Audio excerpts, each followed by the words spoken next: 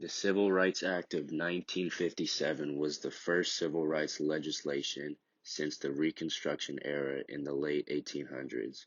It was passed by Congress on September 9, 1957, and was signed into law by President Eisenhower.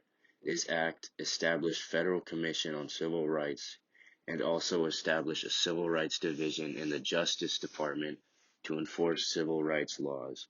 Additionally, the Civil Rights Act of 1957 enlarged federal power to protect voting rights of all people. This act ultimately provided means of further protecting the civil rights of people in America. The Civil Rights Act of 1964 was signed into law on July 2nd by President Johnson shortly after the death of President Kennedy. It was publicized that Johnson actually used more than 75 pens to sign this Civil Rights Act. This act prohibited discrimination because of race, religion, national origin, and gender. It also gave all citizens the right to enter libraries, parks, washrooms, restaurants, theaters, and other public establishments. The Civil Rights Act of 1964 banned most discrimination in employment and in other public accommodations, with the Equal Employment Opportunity Commission ensuring fair treatment in employment. Lastly, it enlarged federal power to protect voting rights and speed up school desegregation. This act was significant because it gave people freedom and new opportunities in America. The Voting Rights Act of 1965 was signed into law on August 6, also by President Lyndon Johnson. This act eliminated voter literacy tests and enabled federal examiners to register voters.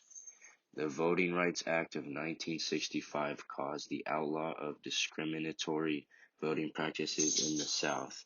This act ultimately resulted in prohibiting racial discrimination in voting, which is important because everyone should have their own right to vote. The Civil Rights Act of 1968 was signed into law on April 11th, again by President Johnson, just days after the assassination of civil rights leader Martin Luther King Jr. This act made it a crime to harm civil rights workers as it strengthened anti-lynching laws. In addition, it prohibited discrimination in the sale or rental of most housing and led to better job and business opportunities. All four of these acts resulted in the desegregation of American citizens, especially African Americans who were demanding and pushing for civil rights. Today's society would not be the same without these important civil rights acts. The Civil Rights Act of 1964 and the 13th Amendment are both similar to each other because they are both in favor for civil rights. The 13th Amendment was an attempt to abolish slavery in the Reconstruction era, and the Civil Rights Act of 1964 prohibited discrimination in public.